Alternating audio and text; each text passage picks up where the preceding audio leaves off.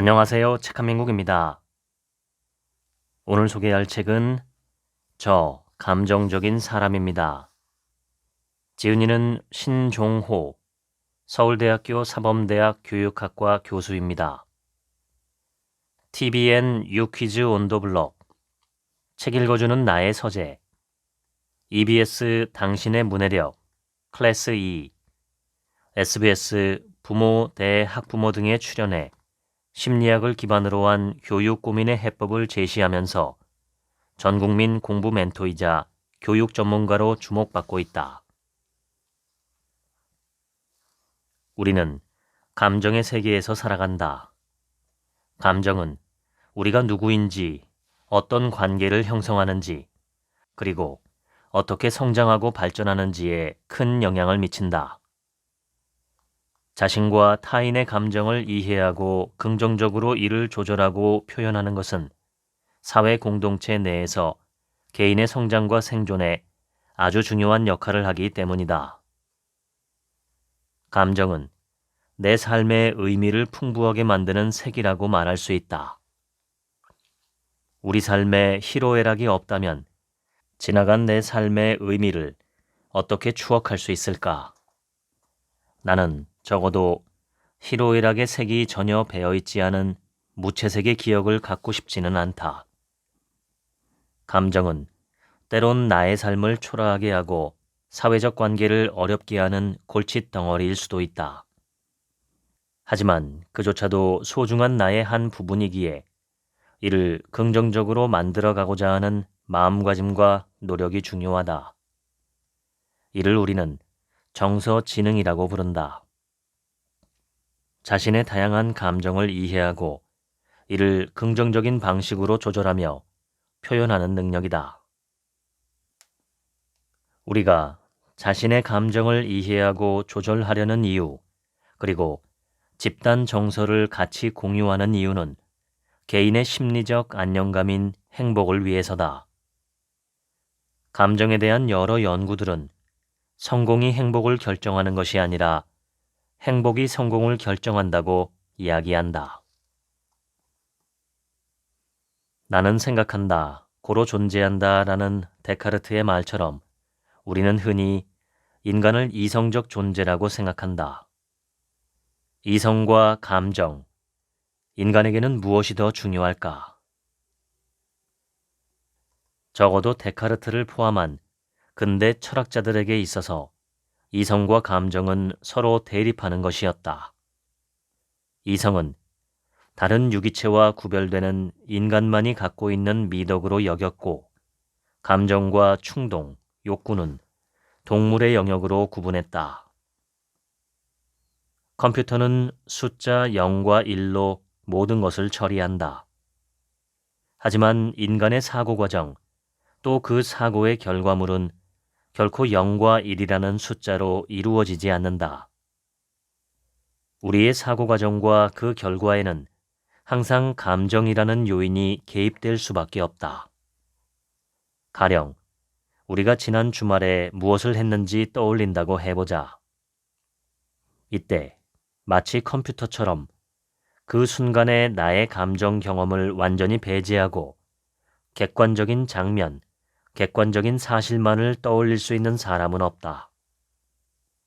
우리의 사고와 정보 처리는 0과 1로 이루어지는 것이 아니기 때문이다. 감정은 어떤 대상의 개인이 갖고 있는 일반적인 느낌 상태를 말한다.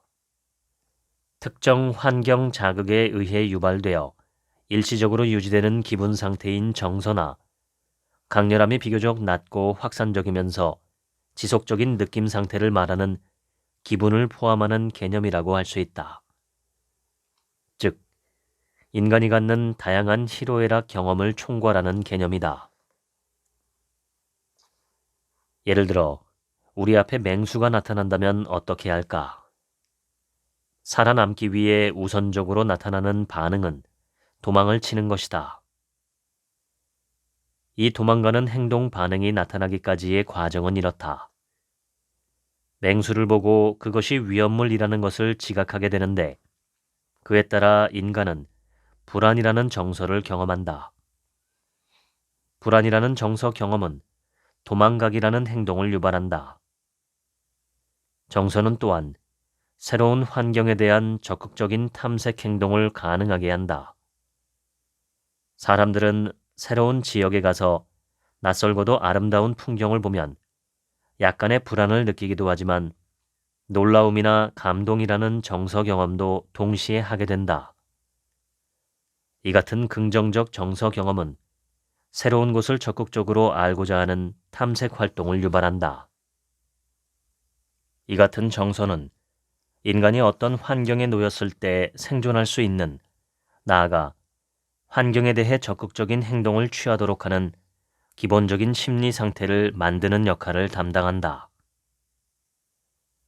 그렇다면 이런 감정과 정서는 인간에게 왜 필요할까? 한마디로 살아남기 위해서다. 사회 공동체 생활을 하는 인간은 다른 사람과의 의사소통이 매우 중요한데 이 의사소통의 핵심이 바로 정서다. 찰스 다윈은 특히 얼굴 표정에 상당한 관심을 가졌다. 시대의 변화에 따라서도 인간의 얼굴 표정은 보편성을 갖는지 등에 대해 관심을 갖고 연구를 했다고 한다. 연구 결과 찰스 다윈은 지역은 달라도 사람들이 분노하거나 불안감을 느낄 때 얼굴 표정이 공통적으로 존재한다는 사실을 알아냈다.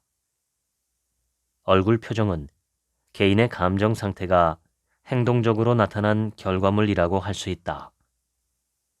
얼굴 표정을 통해 감정 상태를 공유하는 것은 공동체 생활에 있어서 매우 중요한 기능으로 작용함을 확인한 것이다. 진화론 관점에서 볼 때 감정의 표현과 인식은 인간이 공동체를 이루어 함께 생활하고 살아남기 위한 아주 중요한 요소라는 의미였다.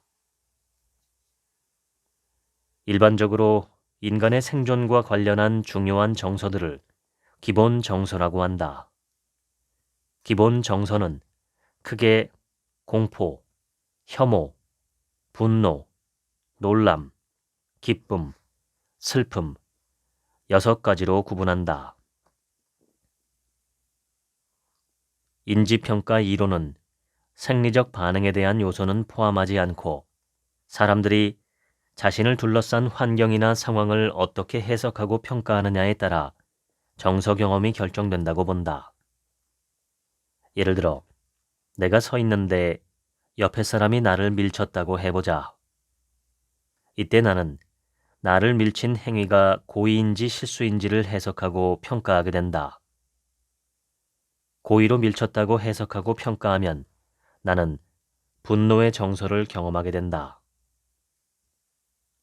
반면 그 사람이 실수로 넘어지면서 나를 밀친 것이라고 해석하고 평가하면 분노와는 전혀 다른 연민의 정서를 경험하게 된다. 나를 밀친 행위보다 그 사람이 넘어져 다친 결과에 연민의 정서를 느끼는 것이다. 즉, 상황을 어떻게 해석하고 평가하느냐에 따라 내가 경험하는 정서가 달라질 수 있다는 설명이다. 상황에 대한 해석, 평가, 판단들이 내가 경험하는 정서를 다르게 만들 수 있다는 것이다. 정서 공감과 관련해 많이 언급되는 생리학적 기반 중 하나로서 빼놓을 수 없는 것이 거울신경세포다. 원숭이가 땅콩을 짚는 행동을 할 때 활성화되는 신경회로와 실험자가 땅콩을 짚는 행동을 보는 원숭이에게서 활성화되는 신경회로가 같더라는 것이다. 이것이 마치 거울과 같다고 해서 거울신경이라고 부른다. 예를 들어, 내가 어떤 고통을 경험하면 그 고통이 뇌의 반응으로 나타날 수 있는데 내가 고통을 받을 때 뇌에서 나타나는 반응과 다른 사람이 고통을 받는 것을 볼 때 나의 뇌에서 나타나는 반응이 같다는 것이다. 이것은 곧 타인의 정서 경험을 이해하고 감정이입을 한다는 의미이며 이런 반응은 정서 공유를 기반으로 하는 사회적 관계 형성에 매우 중요하게 기능한다. 다른 사람의 마음을 제대로 이해하지 못한다면 어떻게 될까? 발달 장애 중 하나인 자폐는 타인의 생각이나 감정을 이해하는데 어려움을 느낀다. 타인의 마음을 읽을 수 있는 능력이 제한되어 있기에 자폐를 마음의 눈이 닫힌 상태라고 하기도 한다.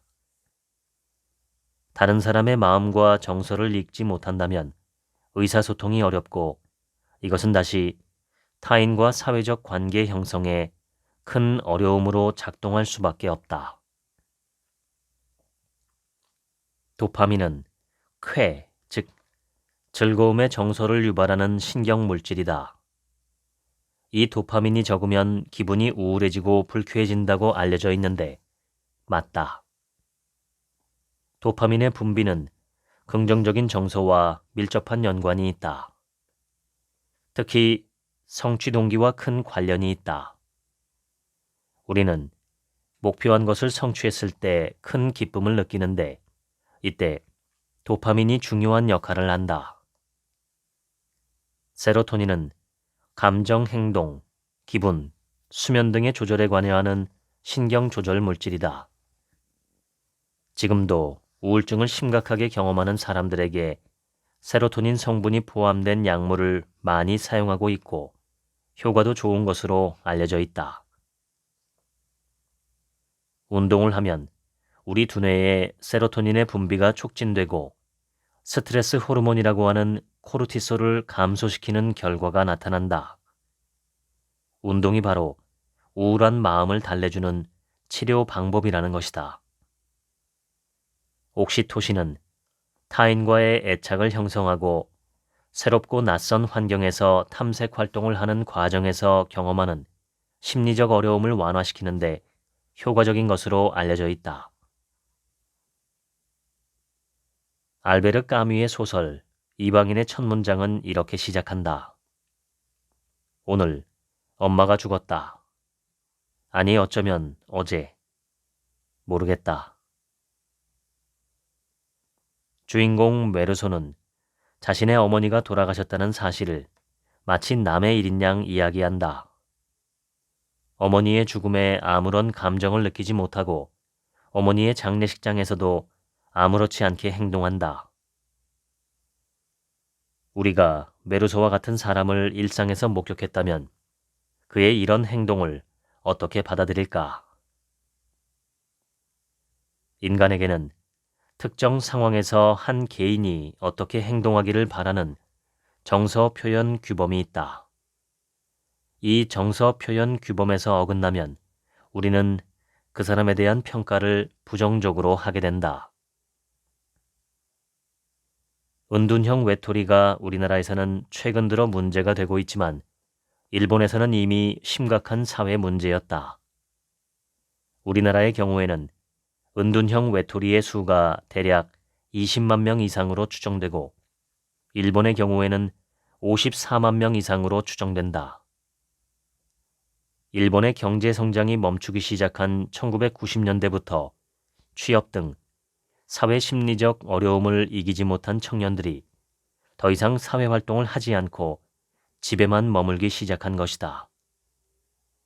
당시 20대였던 이들이 잃어버린 일본 경제 30년 동안 그대로 은둔형 외톨이로서의 삶을 이어왔고 50대가 된 이들을 80대 노부모가 여전히 데리고 사는 일이 현재도 진행되고 있는 상황이다. 사회적 삶을 포기한 것이다. 긍정 정서는 개인의 생각과 행동의 범주를 확장시켜 무언가에 적극적으로 몰입할 수 있는 심리적 상태를 만들어준다. 이것을 확장 구축 이론이라고 한다. 긍정적인 마음이 있어야 무언가에 더 집중하게 되고 이런 긍정 정서는 보다 넓은 관점에서 현상을 바라볼 수 있는 여유를 만들어 결국 자신이 기대했던 결과를 만들어낼 수 있다는 것이다. 특히 찰스 다윈이 깊은 관심을 갖고 연구한 것처럼 우리의 얼굴 표정은 사회관계를 형성하는데 아주 중요한 정서의 소통 방식이다. 아기들은 3개월 정도만 되어도 자기를 돌봐주는 사람의 얼굴 표정을 보고 그 사람이 지금 기쁜지 슬픈지를 구분한다.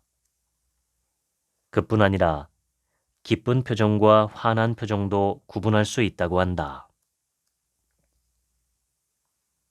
이성과 감정을 이분법적으로 나누는 것은 의미가 없다. 이성과 감정 모두 개인의 삶과 정체성을 규정하는 중요한 심리적 요소이자 결과물이기 때문이다.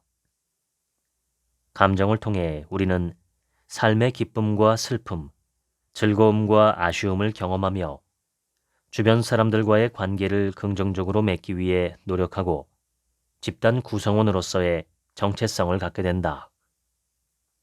정서는 우리의 경험을 단순한 무채색이 아닌 유채색으로 채워주는 삶의 다양성이다.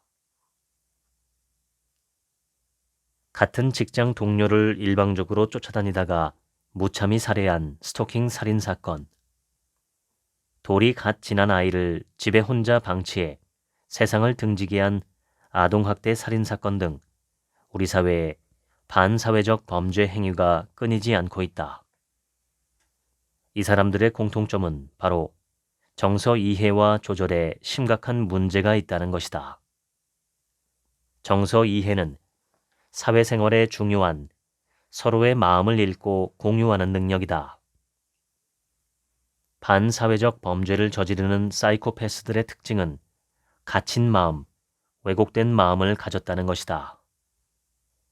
갇힌 마음은 오직 자신의 감정과 생각만이 전부일 뿐 타인의 감정과 생각은 전혀 고려하지 않는다. 또한 왜곡된 마음으로 다른 사람들과 사회가 자신에게 끊임없이 피해를 준다고 생각한다. 이것이 곧 반사회적 범죄 행동을 저지르고도 죄책감을 전혀 느끼지 못하는 결과로 이어진다고 할 수 있다. 사이코패스적 특징을 가진 사람들은 감정과 생각, 행동을 통제하는 역할을 담당하는 전두엽의 기능이 현저히 저하되어 있는 경우가 많다. 정서 조절이라고 하면 가장 먼저 떠올리는 고전 연구가 있다.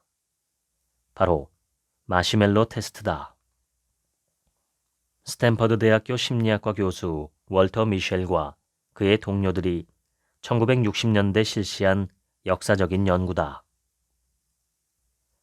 3에서 5세의 아이들 앞에 마시멜로를 놓아둔 후 15분 동안 기다리면 마시멜로 2개를 먹을 수 있고 기다리지 못하면 1개만 먹을 수 있다고 말해준다.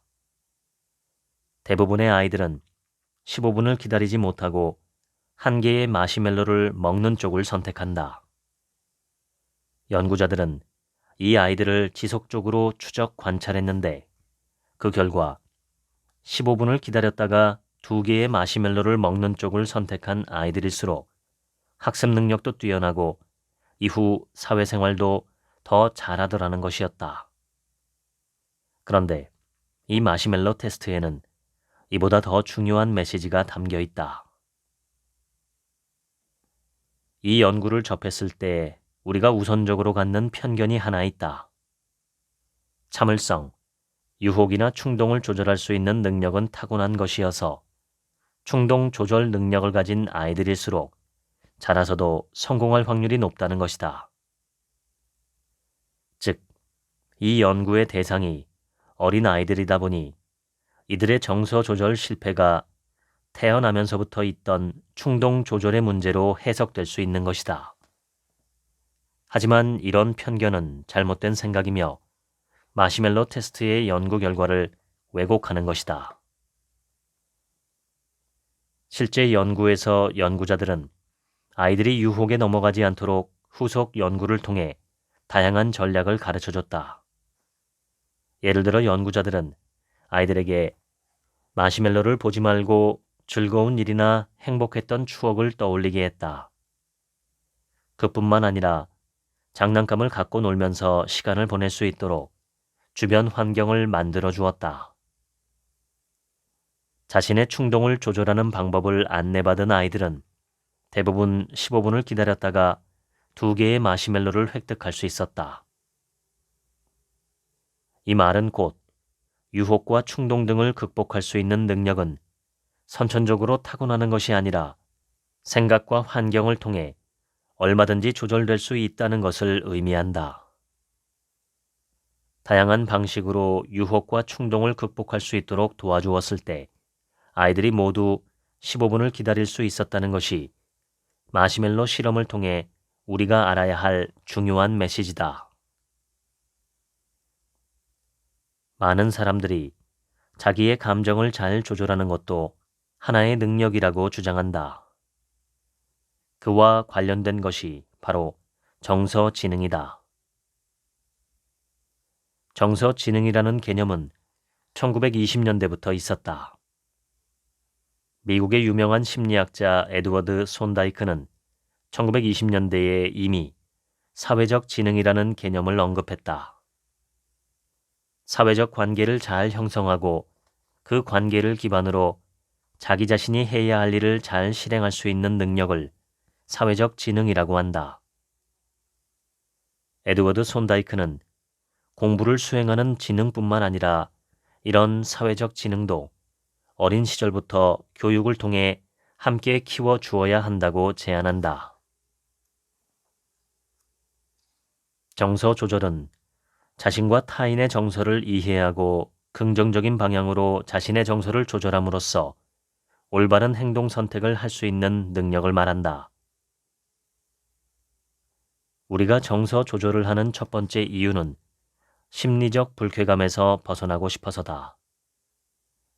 이를 쾌락적 동기라고 한다. 우리가 정서를 조절하려는 두 번째 이유는 내가 해야 할 일을 더 잘하고 싶어서다. 이를 도구적 동기라고 한다.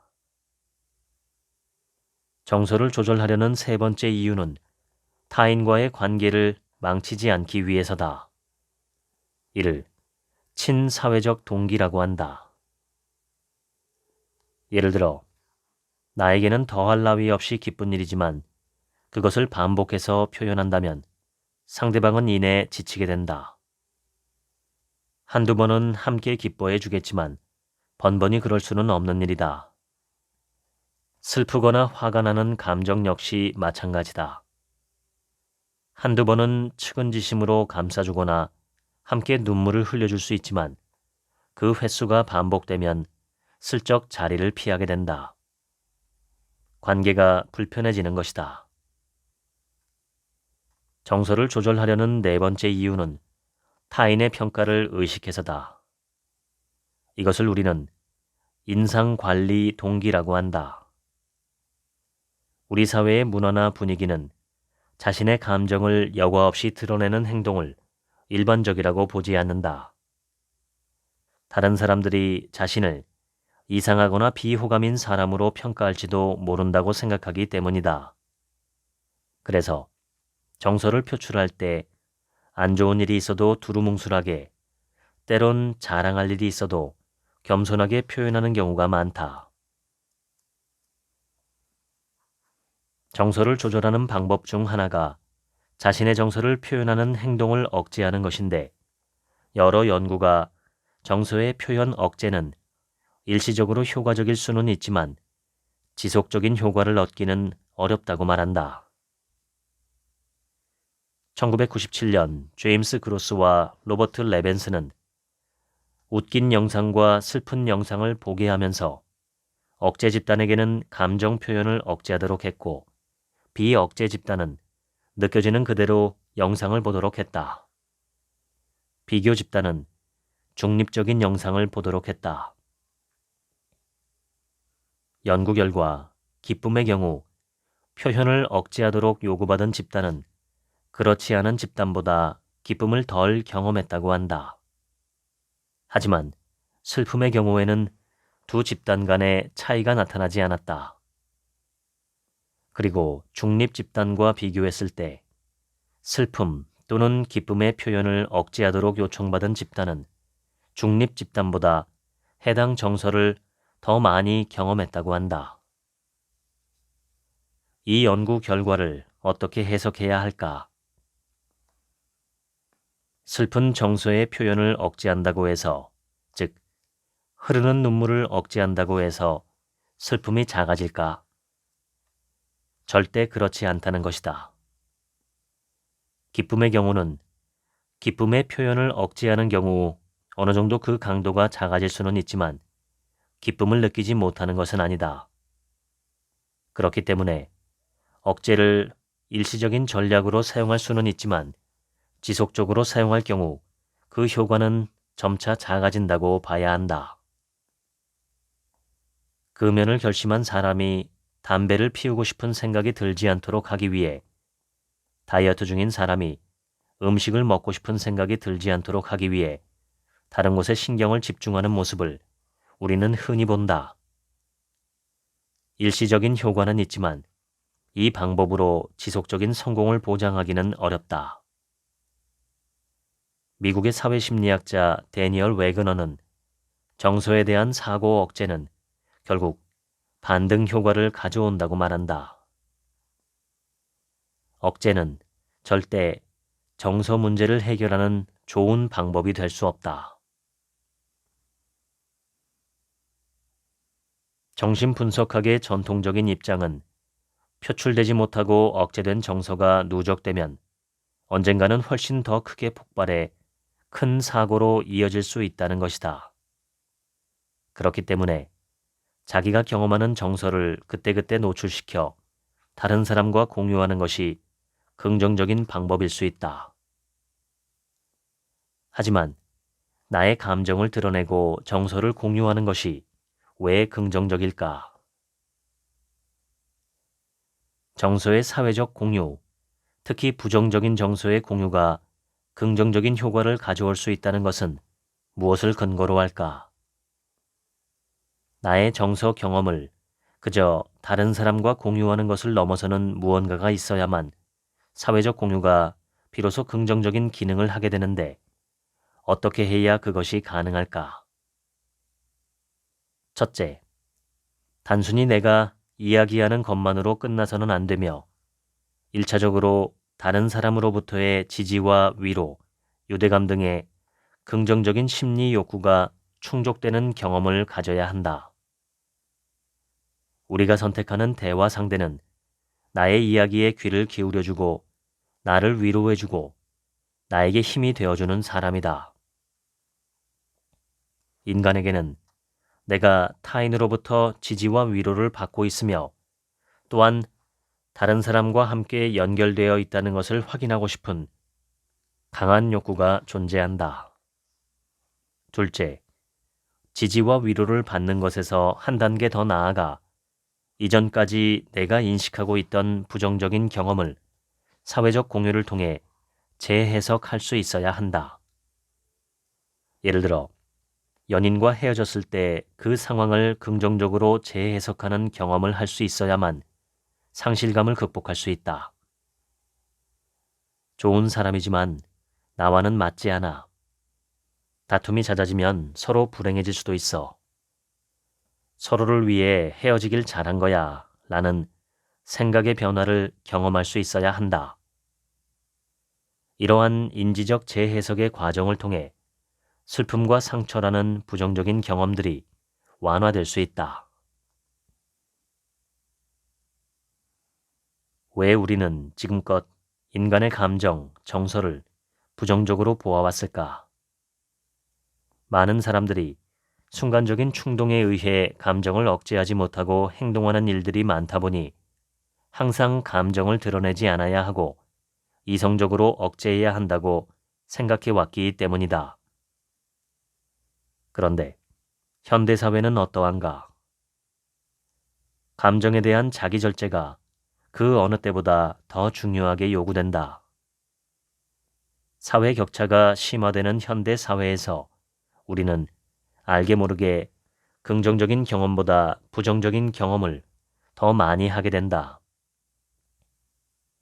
그렇다 보니 나의 감정에 대한 자기 절제가 더 절실할 수밖에 없고 이것이 바로 우리가 살아가는 현대 사회의 모습이다. 2002년 대한민국의 월드컵 4강 신화를 여전히 기억하고 있는 사람들이 많을 텐데 많은 사람들에게 아주 특별한 기억으로 남아있다. 집에서 혼자 경기를 볼 때와 거리에서 다른 사람들과 함께 응원할 때의 기쁨, 희열, 열정 등이 완전히 다르다는 것을 몸소 느꼈다. 우리가 혼자서 무엇을 할 때 느끼는 정서와 여럿이 함께 할 때 공유하는 정서는 그 강도가 전혀 다르다.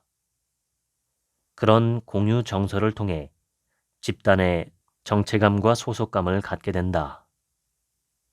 정서에는 이렇게 개인을 넘어 함께 공유하는 특성이 있는데 이것을 정서의 사회적 공유라고 한다. 제2차 세계대전을 일으킨 독일인들은 유태인 학살 등 반인륜적인 범죄를 저질렀다.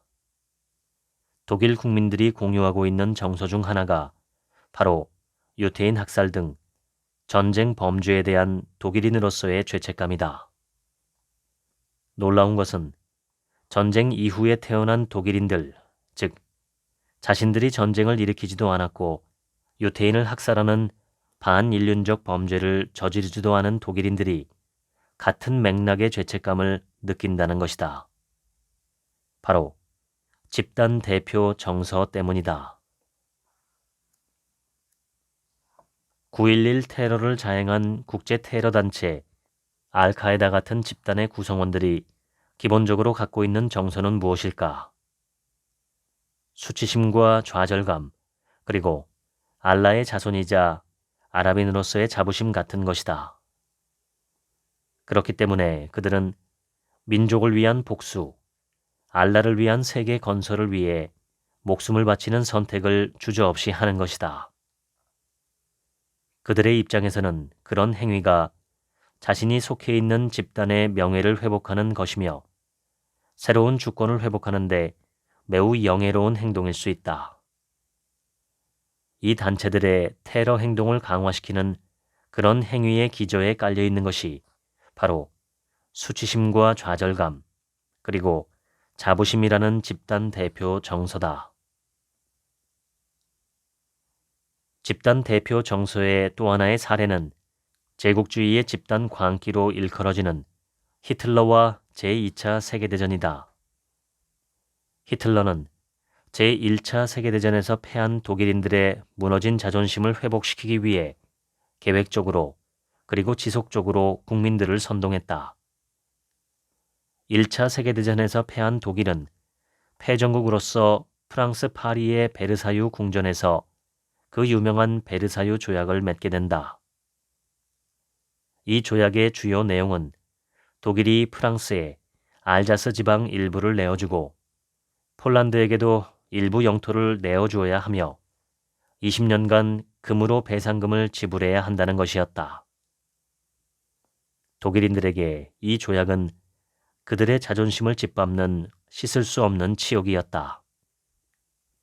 특히 독일은 더 이상 공군을 유지해서는 안 된다는 군사적 무력화를 담은 조약 내용은 당시 독일인들을 더더욱 분노하게 했다.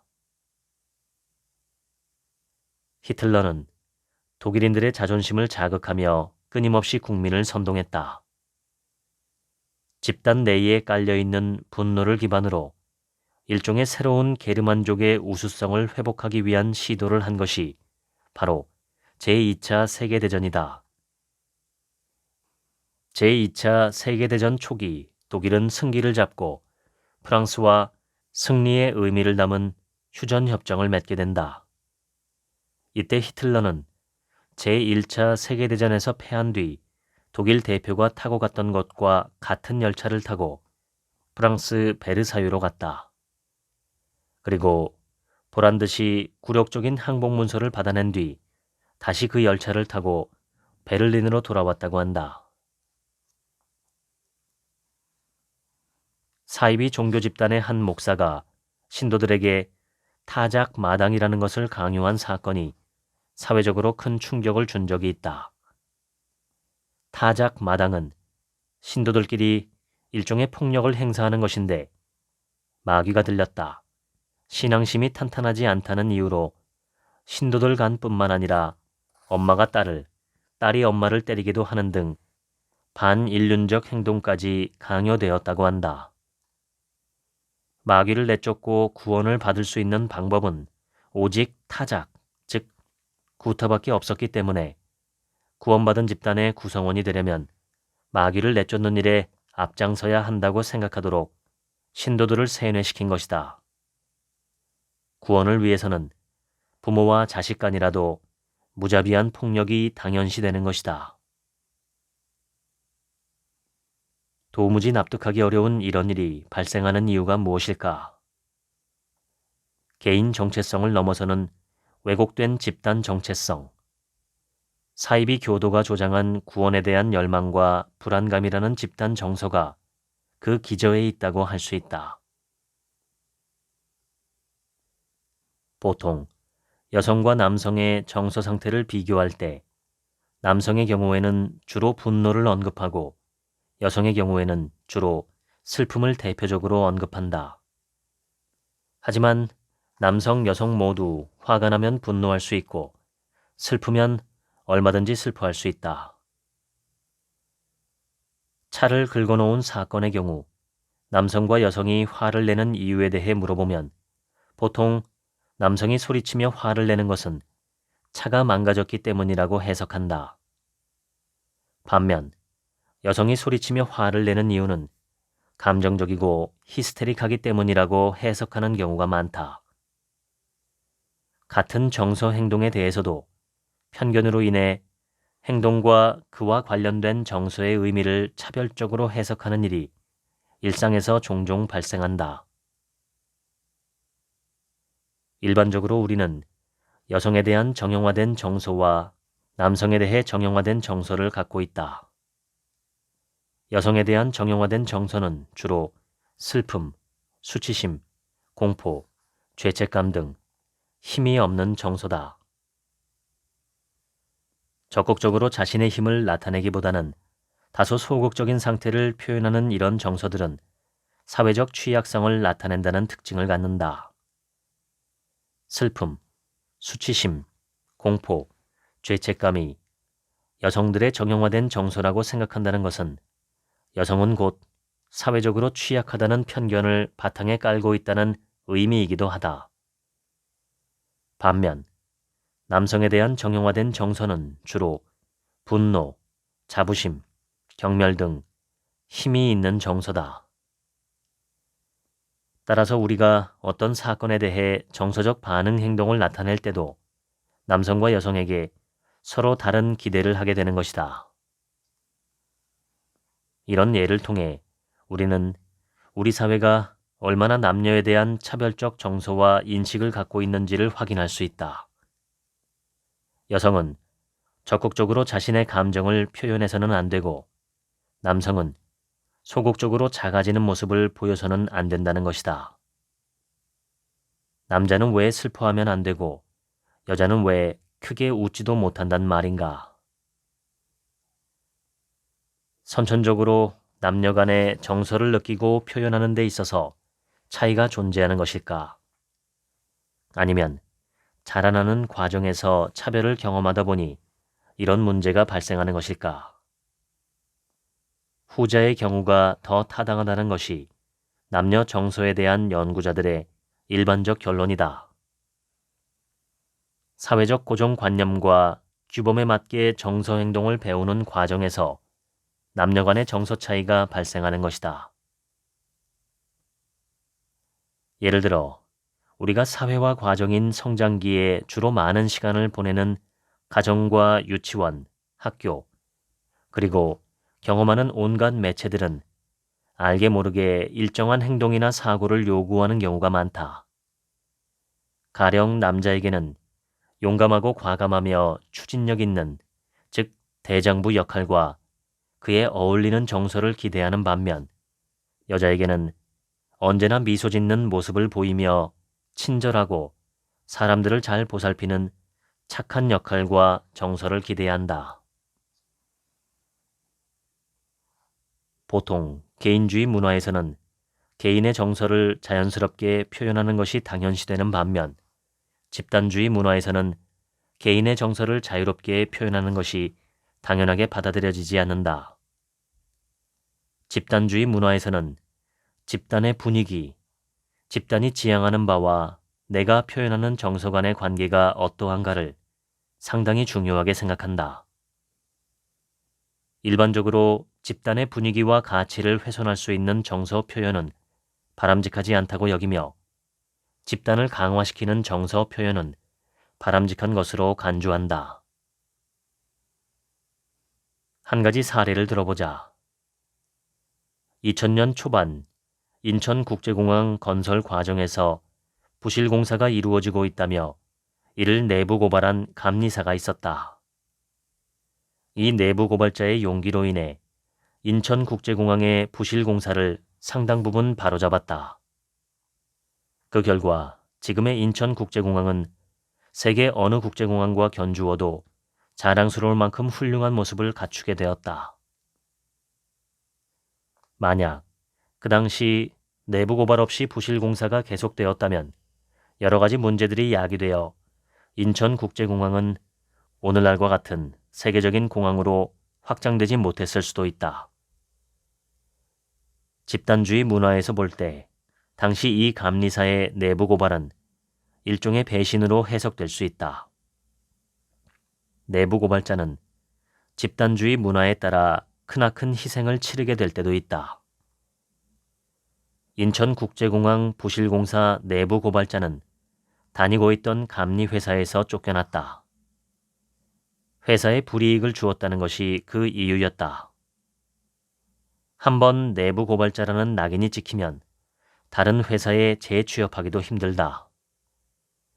집단의 가치를 훼손한 배신자라는 낙인 때문이다. 그는 2005년 한 일간지와의 인터뷰에서 다시 그 시절로 돌아가도 내부 고발을 할 것인가 라는 기자의 질문에 다시는 하지 않겠다라고 대답했다. 죄책감은 언제 발생할까? 죄책감은 보통 나의 행동이 누군가에게 손해를 입혔거나 상처를 주었을 때 생긴다. 바쁘게 사느라 부모님을 못 찾아뵌 것이라면 이때의 죄책감은 내 행동에 대한 정서라고 볼 수 있다. 그렇기 때문에 어떤 죄책감을 느끼면 그것은 행동의 문제이기 때문에 나 스스로 그 행동을 얼마든지 바로잡을 수 있다. 그렇다면 수치심은 언제 발생할까? 수치심은 보통 사회적 규범에서 어긋나게 행동했을 때 생긴다. 죄책감과는 다르게 행동의 귀인이 일시적이고 가변적인 외부 요인이 아니라 나의 근본적인 문제점에서 비롯된 것으로 인식한다는 점에서 차이가 있다. 그렇기 때문에 수치심을 느낀 사람은 그 문제를 해결하기 위해 적극적으로 행동하려 하지 않는다. 죄책감을 느낀 사람은 속죄 열망, 속죄 행동을 통해 자신의 행동을 바로잡으려 하지만 수치심을 느끼면 그것을 바로잡으려 하기보다는 변명을 하거나 도망치려는 회피 행동을 하게 된다. 수치심을 자주 경험하는 사람들은 공감과 타인의 관점을 수용하는 능력 역시 매우 낮다고 한다. 숨고 싶은 자신에게 더 집중하기 때문이다. 당혹감은 보통 사회적으로 정형화된 역할이나 도식에서 벗어나는 행위를 했을 때 또는 예상치 않은 일이 발생했을 때 느끼는 정서다.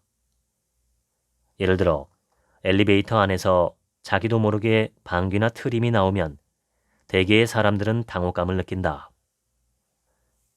당혹감을 느낀 사람들에게서는 흔히 시선을 회피한다거나 겸연쩍어 가짜 미소를 짓는다거나 얼굴이 붉어진다거나 얼굴을 만진다거나 하는 식의 행동이 나타난다. 한 가지 짚고 넘어가 보자. 예상치 않은 일이 발생했을 때 당혹감을 표현하는 것이 좋을까? 아니면 아무 일 없었다는 듯이 가만히 있는 것이 좋을까? 누군가의 실수 행동을 목격한 사람들이 그 행위자에게 갖는 호감도를 조사한 연구가 있었다. 사람들에게 한 남자가 마트에 쌓인 휴지 더미에 걸려 넘어지는 영상을 보여주었다. 이때 한 영상에서는 그 남자가 당혹감을 표현하는 모습을 보여주었고, 다른 영상에서는 그렇지 않은 모습을 보여주었다. 연구에 참여한 사람들은 당혹감을 표현한 남자에게 훨씬 더 친근감을 느낀다고 말했다.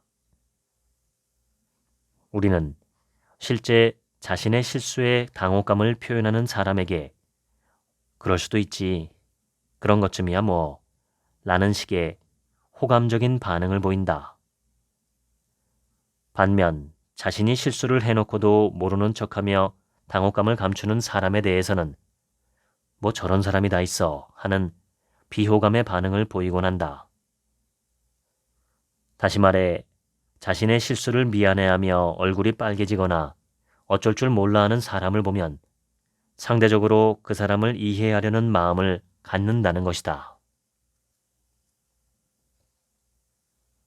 왜 우리는 자신의 정서를 이해하려 할까? 그 궁극적인 이유는 나 스스로 내 삶의 주인이 되기 위해서다. 결국 정서를 이해하려는 것은 내 삶이 행복해지기를 바라기 때문이 아닌가 생각한다. 어려움 속에서도 현재의 의미를 찾고자 하는 것이 행복을 만들어가는 하나의 축이 아닐까. 개인이 자신의 정서를 이해하고 생활 속에서 긍정적인 정서 경험을 갖는 것이 곧 행복이 무엇인지를 찾아가는 과정이 아닐까 생각해 본다. 사람들은 행복하길 원한다. 2021년 사람들이 구글에서 가장 많이 탐색한 주제 중 하나가 혼자서 행복해지는 방법이라고 한다. 이는 코로나19 기간 동안 집에서 혼자 지내는 것이 많은 사람들에게는 결코 행복하지 않은 시간이었다는 것을 의미한다.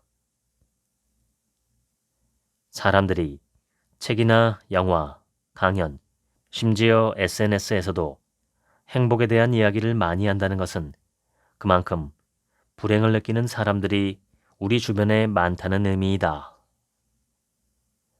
그리스어로 행복을 에우다이모니아라고 한다. 이 단어에는 개인이 갖고 있는 신성 또는 개인이 원하는 것을 이루는 진정한 자기 실현이라는 의미가 담겨 있다. 나는 이것이 행복의 의미에 가장 부합한다고 생각한다. 나 자신은 물론이고 주변 사람들을 둘러보아도 자기가 원하는 것을 하고 있을 때 사람들은 행복감을 느낀다. 자기 실현과 행복은 분명 깊은 관련이 있다. 사람들은 행복과 성공적인 삶의 결과 간의 관계에 대해 물으면 일반적으로 성공해야 행복하다고 대답한다. 성공하고 다른 사람과 좋은 관계를 맺고 사랑하고 건강해야 행복하다고 믿는 것이다. 과연 맞는 생각일까? 관심 있는 두 변인 간의 인과관계를 확인하는 방법이 있는데 그 방법 중 하나가 종단 연구다. 같은 사람들을 꾸준히 추적 관찰하며 조사하는 방법이다. 이 종단 연구의 결과를 보면 행복에 대해 우리가 갖고 있는 일반적인 생각과는 반대인 결과를 볼 수 있다. 행복해야 성공할 수 있고 다른 사람과 좋은 관계를 맺을 수 있으며 건강할 수 있다는 것이다. 예를 들어 싱글들의 결혼 가능성을 비교했을 때 행복을 느끼는 싱글과 그렇지 않은 싱글 중 어느 쪽의 결혼 확률이 더 높을까? 현재 행복감을 느끼고 있는 싱글의 결혼 확률이 높았다고 한다. 그뿐만 아니라 어떤 성인들이 노년의 건강을 더 잘 유지하는지를 비교했을 때 역시 현재 행복감이 큰 성인이 노인이 되었을 때도 건강할 확률이 더 높았다고 한다. 어떻게 이런 일이 가능할까? 사람들은 누구나 행복한 사람과 같이 일하고 싶어 한다. 행복하니까 사회적 관계도 좋아지고 사회적 관계가 좋다 보니 더더욱 행복을 구축하게 되는 선순환 관계가 만들어지는 것이다. 정리하면 행복이 성공의 결과물이라고만 생각해서는 안 되고 성공을 만드는 요인일 수도 있다고 생각해야 한다. 돈과 행복의 관계는 데니얼 카너먼의 역치 이론으로 설명할 수 있다. 기본적인 삶을 유지하기 위해 돈은 일정 수준까지는 반드시 필요하다. 하지만 일정 수준 이상의 돈을 얻는다 해도 행복은 증가하지 않으며 불행한 일 또한 감소하지 않는다는 것이다. 실제로 구체적인 연구 결과를 살펴보면 미국의 경우 가구의 평균 소득이 약 8만 달러일 때까지는 수입의 증가에 따라 가족의 행복감도 증가하는 경향이 나타났지만 그 수준을 넘어선다고 해서 행복감이 더 증가하지는 않는다고 한다. 기본적인 생활을 하기 위해 필요한 재정 여건을 갖추는 것이 행복에 필요한 요소이기는 하지만 부자처럼 많은 돈을 갖는다고 해서 행복감이 마냥 증가하지는 않는다는 것이다. 행복과 관련해 생각해 보아야 할 또 하나의 요인은 사회 비교다. 행복한 동메달, 불행한 은메달이라는 표현이 있다. 동메달을 딴 선수는 메달을 따지 못한 수많은 동료 선수들과 자신을 비교해 행복감을 느끼지만 은메달을 딴 선수는 금메달을 딴 선수와 자신을 비교하며 불행하다고 생각한다는 것이다. 이것이 바로 하향 비교와 상향 비교의 예다. 때론 상향 비교가 성공을 추구하는 사람들에게 있어서는 동기부여 요인으로 작용하기도 한다. 그런데 그렇게 해서 무언가를 성취했다고 하자. 그러면 거기서 멈출까? 이 정도 했으니 됐어 하면서 만족할까? 보통 상향 비교를 지향하는 사람들은 또다시 주변 사람들과 자신을 비교하며 그들보다 앞서고자 애쓴다. 그렇게 해서 또 저만치 앞서가면 거기서 멈추지 못하고 또다시 다른 사람들과 자신을 비교하며 스스로를 동기화한다. 과연 이런 마음가짐, 끊임없이 목표를 상향으로 설정해 놓고 자기 자신을 동기화하는 이런 행동이 행복감을 가져다 줄까? 연구 결과는 그렇지 않다는 것을 보여준다. 이런 행동은 자기 자신을 지속적으로 초조하게 만든다. 따라잡지 못할 것 같은 두려움, 쉬고 싶어도 맘 놓고 쉬지 못하는 불안감이 더해져 자신을 불행하게 만든다. 제우스를 속인 죄로 지옥에 떨어져 바위를 산 정상으로 올려야 하는 벌을 받은 시시포스는 산 꼭대기까지 바위를 밀어올리려 애쓰지만 정상에 오른 바위는 이내 다시 아래로 굴러 떨어지고 만다. 시시포스는 이 일을 영원히 되풀이한다. 우리 역시 더 높은 곳을 향해 매일매일 무거운 바위를 힘껏 굴려 올려보지만 행복은 그 높이만큼 증가하지도 않고 또한 머무르지도 않는다. 우리에게 지금 필요한 것은 일상생활 속에서 행복한 순간을 만들어가는 것이다. 개인이 행복을 느끼는 이유를 분석해보면 선천적인 낙천성이 50%, 사회-경제적 지위와 같은 배경이 10%, 그리고 일상생활의 즐거움이 40%를 차지한다. 일상생활에서의 즐거움이 행복을 경험하는 데 중요한 요인이라는 것이다. 일상에서 즐거움과 의미를 찾고 있는지 한번 돌이켜볼 일이다. 전철을 타고 강을 건너다 바라본 붉은 노을, 아침에 일어나 마주한 향긋한 커피향, 오랜만에 만난 친구와의 꾸밈없는 대화, 힘든 하루를 보낸 뒤 마주하는 가족들과의 저녁 식사. 산책길에 올려다본 푸른 하늘과 뭉게구름. 일상에서 찾을 수 있는 작지만 의미 있는 행복들은 아주 많다. 이런 것들을 통해 내 삶의 의미를 긍정적으로 생각하느냐, 그렇지 않느냐에 따라 행복의 차이가 만들어진다. 지금까지 저 감정적인 사람입니다. 읽어드렸습니다. 지금부터는 제 얘기입니다. 감정에 휘둘려 사는 것이 썩 바람직하지 않다는 것은 대부분 사람이 동의할 것입니다. 너무 감정적으로 행동하는 사람은 신뢰하기 어렵습니다. 감정이란 것이 아무 이유 없이 바뀔 수도 있고 똑같은 이유로 정반대의 행동을 하게 만들 수도 있기 때문입니다. 반대로 지나치게 냉담하게 행동하는 것도 사람들은 별로 좋아하지 않습니다. 너무 논리적으로, 너무 이성적으로 행동하면 사람들은 그것을 두고 인간적이지 않다라고 말하죠. 인간과 감정은 떼려야 뗄 수 없는 관계이기 때문입니다. 감정을 지나치게 억누르면 무감각해지는데 이러한 무감각은 인간성의 파괴와도 같습니다. AI와 로봇은 감정이 없습니다. 내가 나라는 생각, 그리고 내가 정말 소중하다는 자의식이 없기 때문입니다. 인간이 감정을 느끼는 이유는 내가 남과는 다른 존재라는 구별성을 느끼기 때문이고 그러한 내가 얼마나 소중한지 내면 깊이 느끼기 때문입니다.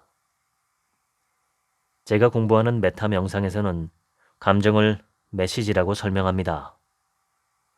감정은 어떤 특정한 외부 사건이나 상황에 대해 나의 내면에 있는 관념과 의식들이 반응한 결과라고 이야기하죠.